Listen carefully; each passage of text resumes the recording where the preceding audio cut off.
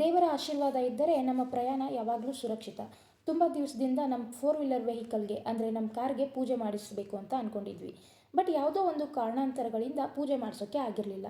Finally ಇವತ್ತು ಒಳ್ಳೆ ದಿನ ಅಂತ ಗೊತ್ತಿತ್ತು. ಅದಕ್ಕೆ ನಾವಿಬ್ಬರು ಪೂಜೆಗೆ ಏನೇನು ಬೇಕು ಎಲ್ಲ ರೆಡಿ ಮಾಡಿಕೊಂಡು ಹೋಗ್ತಾ ಇದ್ವಿ. ಫಸ್ಟ್ ನಮ್ಮ ಅತ್ತೆಗೆ ಪಿಕಪ್ ಮಾಡಿಕೊಂಡು ಡೈರೆಕ್ಟ್ ನಮ್ಮ ಬೊಮ್ಮನಹಳ್ಳಿಯಲ್ಲಿ ಇರೋ ಗಣೇಶ ಟೆಂಪಲ್ಗೆ ಹೋಗಿದ್ವಿ. ನಂತರ ನಮ್ಮ ಯಜಮಾನರು ಪೂಜೆಗೆ ಏನೇನು ಬೇಕು ಎಲ್ಲ ರೆಡಿ ಮಾಡ್ಕೊಂಡು ಬಂದಿದ್ದರು. ನಾವು ಪೂಜೆಗೆ ಚಿಕ್ಕದಾಗಿ ರೆಡಿ ಮಾಡ್ಕೊಂಡು ಹೋದರೆ ಅದು ನಮಗೆ ದೊಡ್ಡ ಶಾಂತಿಯನ್ನು ಕೊಡುತ್ತೆ ಅಂತ ಅನ್ನಿಸ್ತು. ವಿಘ್ನೇಶ್ವರನ ಆಶೀರ್ವಾದ ಇದ್ದರೆ ಪ್ರತಿಯೊಂದು ಶುರುವು ಹೊಸ ಆತ್ಮವಿಶ್ವಾಸ ಕೊಡುತ್ತೆ ಅಂತ ಅಂದ್ಕೊಂಡೆ. ಯಾಕೆಂದರೆ ಅಲ್ಲಿರುವ ಸ್ವಾಮೀಜಿಯವರು ತುಂಬ ಚೆನ್ನಾಗಿ ಪೂಜೆ ಮಾಡ್ತಾಯಿದ್ರು. ಕಾರ್ ಮೇಲೆ ಓಂ ಅಂತ ಬರೆದ್ರು, ಕುಂಕುಮ ಹಚ್ಚಿ ಅಕ್ಷತೆ ಕಾಳು ಹಾಕಿ ನಮ್ಮೆಲ್ಲರಿಗೂ ಹೂವು ಕೊಟ್ಟು ಹೇಳಿದರು, ಮನಸ್ಸಿನಲ್ಲಿ ಕೇಳ್ಕೊಳ್ಳಿ ಎಲ್ಲ ಒಳ್ಳೆಯದಾಗಲಿ ಅಂತ. ಅದೇ ಥರ ನಾವು ಕೇಳಿಕೊಂಡು ನಮಗೆ ಕೊಟ್ಟಿರುವ ಹೂವನ್ನು ನಾವು ಕಾರ್ ಮುಂದೆ ಇಟ್ವಿ.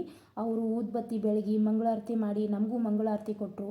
ಹಾಗೆ ತೆಂಗಿನಕಾಯಿ ಒಡ್ಕೊಂಡು ಬರೋಕ್ಕೆ ಹೇಳಿದ್ರು. ತೆಂಗಿನಕಾಯಿ ಒಡ್ಕೊಂಡು ಬಂದು ಅರ್ಚನೆ ಎಲ್ಲ ಮಾಡಿದ್ರು. ಪೂಜೆ ಎಲ್ಲ ಮುಗೀತು. ಯಜಮಾನರು ಕಾರ್ ಕೆಳಗಡೆ 4 ಸೈಡ್ ನಿಂಬೆಹಣ್ಣಿಟ್ಟು ಗಾಡಿ ಮೂವ್ ಮಾಡೋಕ್ಕಿಂತ ಮುಂಚೆ ನಾನು, ಯಜಮಾನರು, ನಮ್ಮ ಅತ್ತೆ ಅರ್ಚನೆ ಚೀಟಿ ತಗೊಂಡು ನಮಸ್ಕಾರ ಮಾಡೋಕ್ಕೆ ಟೆಂಪಲ್ ಒಳಗಡೆ ಹೋದ್ವಿ. ಅಲ್ಲಿಯೂ ಸಹ ಸೇಮ್ ಪೂಜೆ ಎಲ್ಲ ಮಾಡಿ ಎಲ್ಲ ದೇವರ ಹತ್ರ ಹೋಗಿ ನಮಸ್ಕಾರ ಮಾಡಿಕೊಂಡು ಸ್ವಲ್ಪ ಹೊತ್ತು ಅಲ್ಲೇ ಕೂತ್ಕೊಂಡು ಬಂದ್ವಿ ಆಚೆ.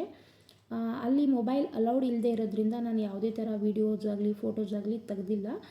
ಜಸ್ಟ್ ಒಂದು ಗಣೇಶನ ಫೋಟೋ ಹಿಡ್ಕೊಂಡೆ ಅಷ್ಟೇ. ಯಜಮಾನರು ಕಾರ್ ಸ್ಟಾರ್ಟ್ ಮಾಡಿ ಕಾರ್ ಮೂವ್ ಮಾಡಿದ್ರು. ನಂತರ ನಮ್ಮ ಅತ್ತೆಗೆ ಮನೆ ಹತ್ರ ಹೋಗಿ ಡ್ರಾಪ್ ಮಾಡಿ ಬರಬೇಕಾದ್ರೆ ದಾರಿಯಲ್ಲಿ ಮಸಾಲೆ ಪುರಿ ಬಿಸಿ ಬಿಸಿ ಸ್ಮೆಲ್ ಬರ್ತಾಯಿತ್ತು ಚೆನ್ನಾಗಿ.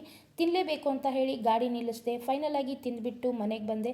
ವಿಡಿಯೋ ಹೇಗಿತ್ತು ಅಂತ ಕಮೆಂಟ್ ಮಾಡಿ. ಬಾಯ್ ಎಲ್ಲರಿಗೂ.